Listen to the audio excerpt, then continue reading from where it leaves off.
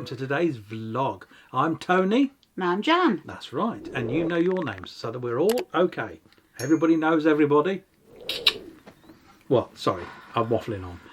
Anyway, it's time for us, unfortunately, to leave the Saltersford arm. Oh. Yes, we've spent an arm and a leg here. Oh my word. Ah, ha, ha, ha. Yes, the jokes get worse and worse as we go on. Especially as it nears Christmas. Yes. You know what them jokes in the crackers? I write them. That's me, I write them. All right, okay. Anyway, you don't need to hear us waffling on. You want to see some lovely pictures, and you want to see us eventually going up those 100 locks at Hatton. Because when we get to near the top, the boat's coming out of the water. Well, technically it's not coming out of the water. The water is going to be sucked from under the boat, and we're going to be left high and dry. So well, you are, because I won't be here. So we can have the boat blacked, yes. Our daughter's joined us. Sian. Yes, Sian. And she's helping us through the locks. And then we're hoping to meet up with a couple of other people, Wayne and Amanda, who also said they'll come and give us a hand. And Nix. Oh, and little Nix from as well. Spudley. Yes, from Spudley, NB Spudley, yes. If you're not following them on Twitter, why not? Yeah. Off you go and have a look, because they support all of us vloggers, which is great. And before we do any of that, though, we're going to have a quick look, because we went there, at Warwick Castle.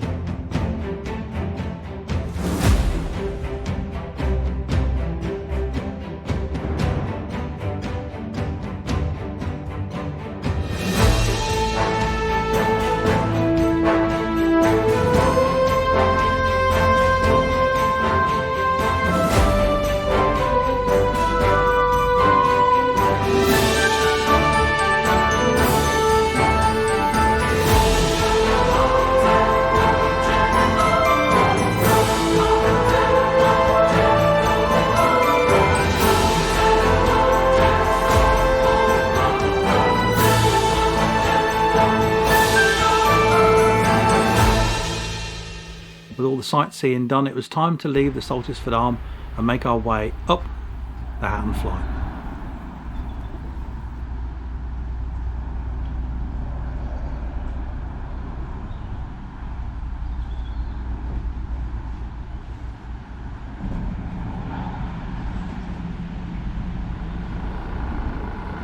Well, it's a cool, crisp morning. The sun's out, which is why you can't see my face probably. Yeah, that's a bonus, Tony. And we're heading to the bottom lock of the Hatton Flight. Hopefully we've got some helping hands today. Who knows?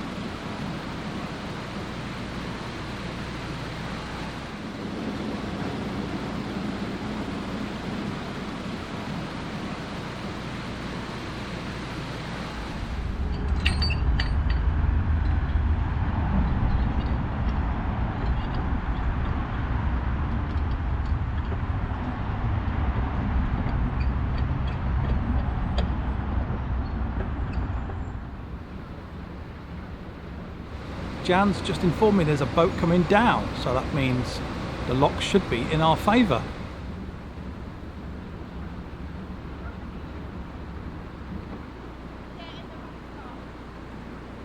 Now, who's this then? Is it Santa's little helper?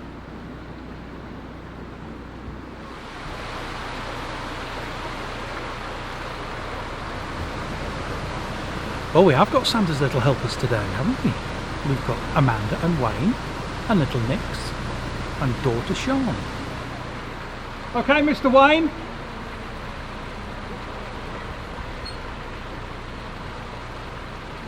Yeah, all the way.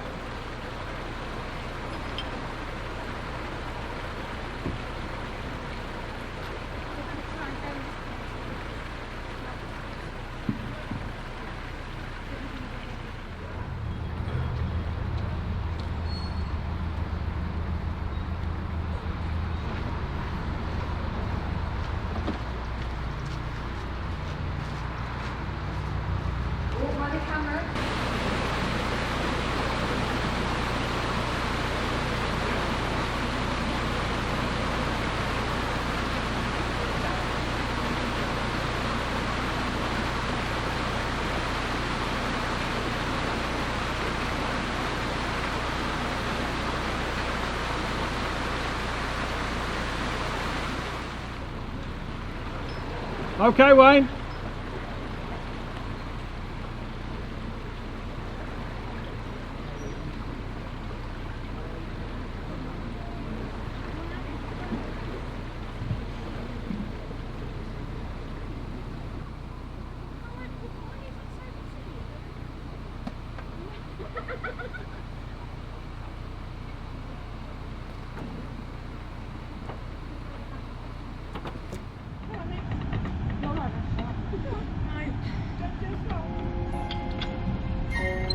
Gotcha.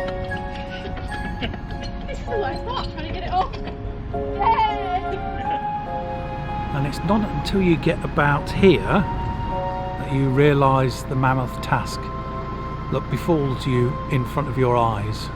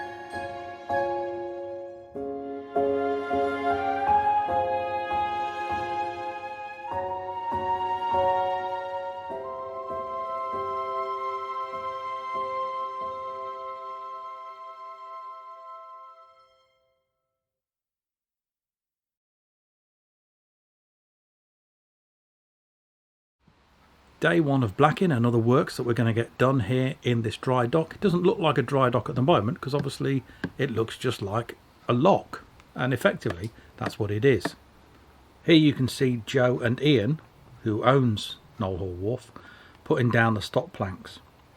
The water will be drained out and the boat will be left high and dry, literally. No water's coming out of there. Or Not yet. Not yet. The next thing Ian does is opens up the sluice, which is obviously located at the bottom of the chamber. That will slowly let the water that's in there out. What he and Joe need to do is to make sure the boat is sitting right in the middle of the lock. The water will eventually drain out and you'll be able to see the railway sleepers that it will sit on.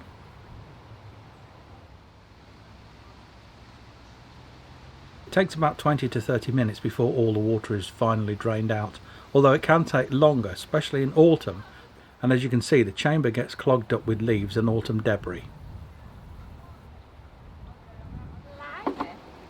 Gets clogged up a bit, doesn't it? Autumn leaves. Oh god, yeah. Should keep you busy.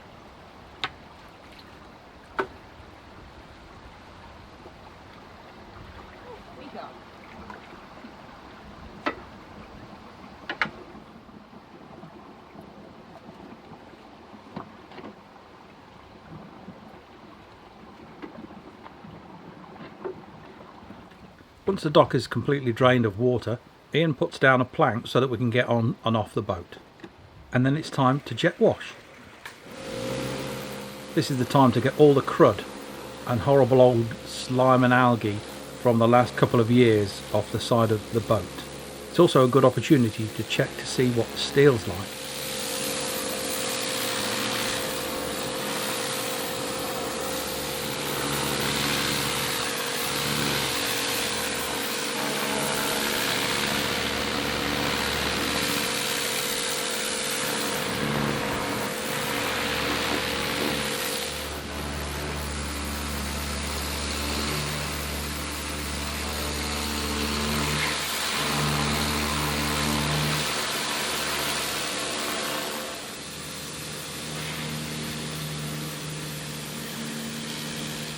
Here we can see one of our sacrificial anodes. Once Joe's cleaned it off, this will be perfectly serviceable for another couple of years. And then on to the first coat of blacking. We'll eventually have 3 coats of this bitumen blacking applied to the boat. Joe uses a roller, which is probably easier than trying to brush it on. You can probably see here the state of the steel. There's nothing wrong with it. There's no pitting. The remnants you can see here are just a previous blacking. This particular blacking is quick drying, so you don't really need to leave it overnight. You can usually apply the second coat within about 4 to 6 hours.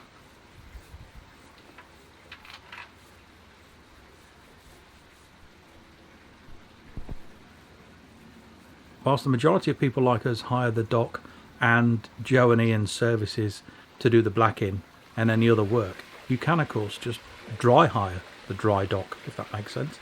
In other words, you could just hire the dock itself and do your blacking all on your own.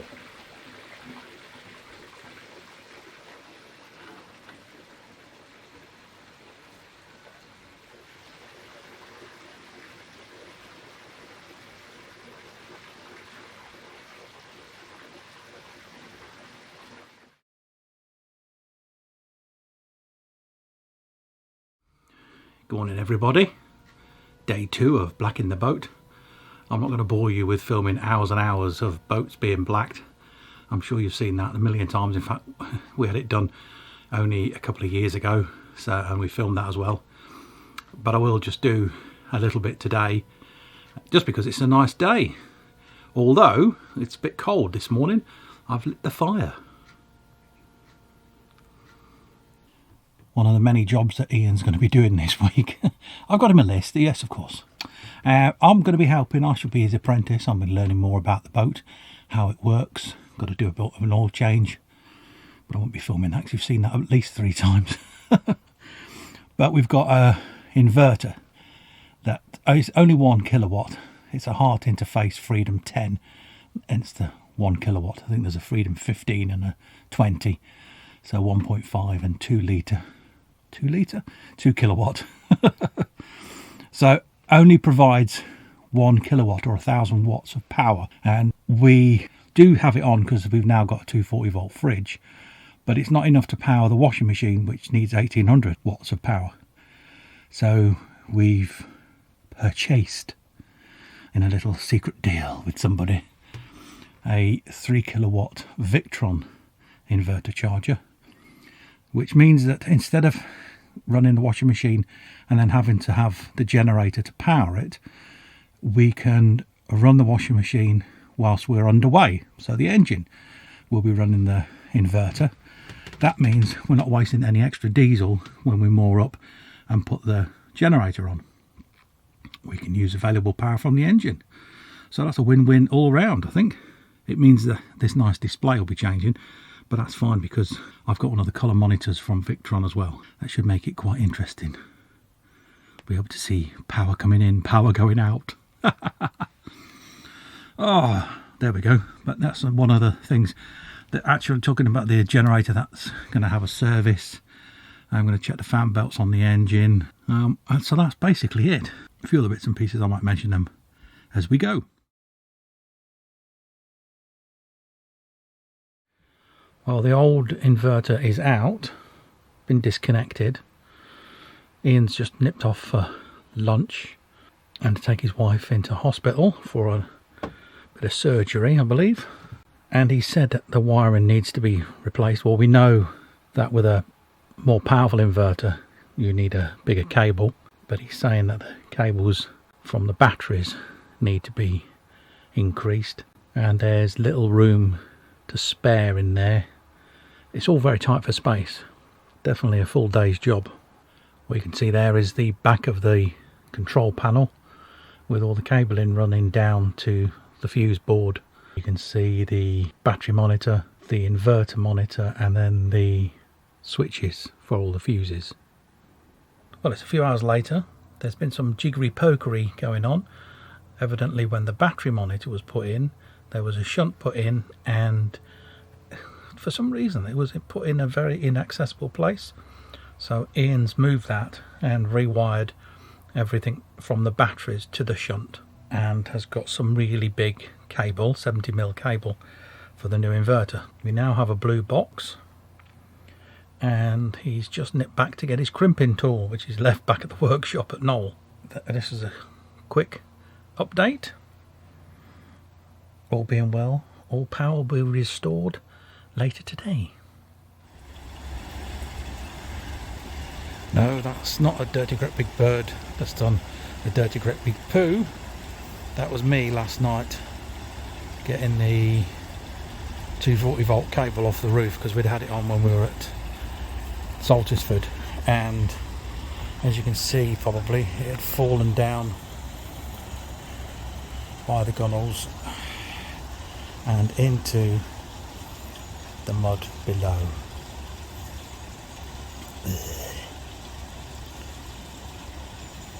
And then when I picked it up, it splattered against the side of the boat. I'll wait until Joe's finished painting, because obviously it's taken off a little bit of the first layer, I think, first coat I should say. So get her to put another coat on there, and then tonight I'll wash that off.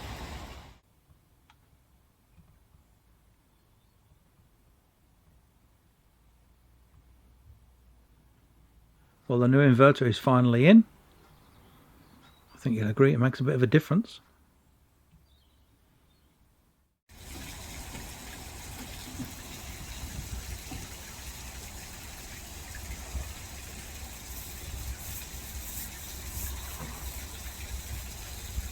We also decided whilst we're here to have the gunnels blacked as well.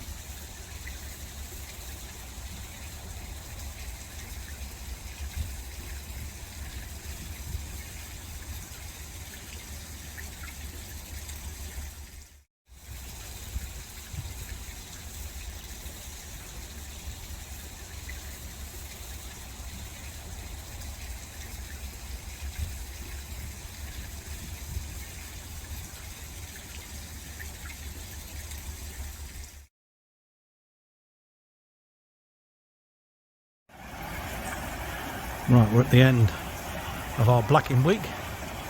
The tarpaulin at the other end gets pulled out. The paddle's open. This is the paddle here. That operates that sluice there. Obviously it's now closed off, and now water will be coming in. Joe and Ian are just taking the stop planks off.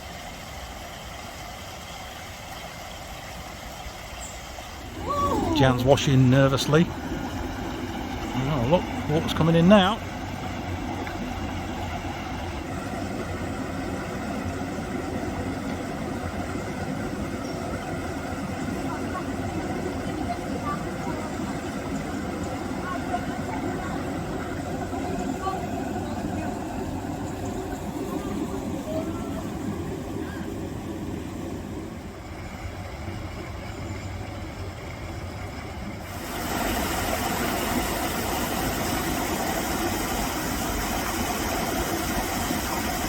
Filling up nicely.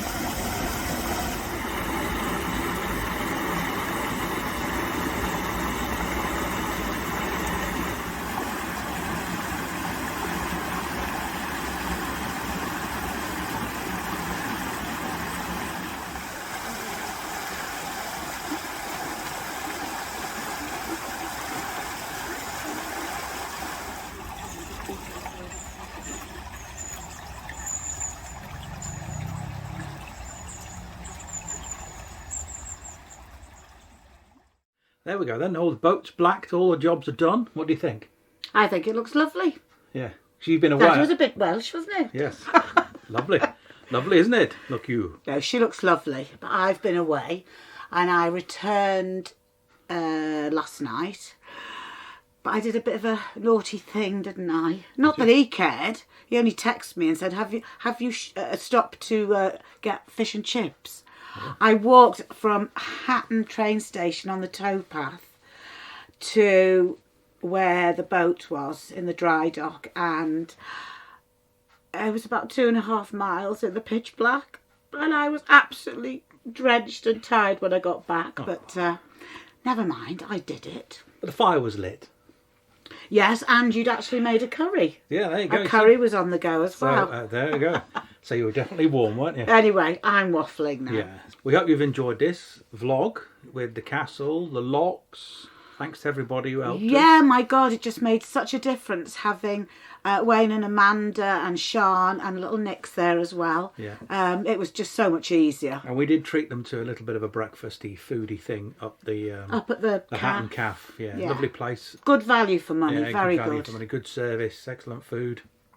Well done, Yeah, Hatton lovely. Calf. That's the end of this particular vlog. Join us next time when we'll go a little bit further and do a bit of a test on everything.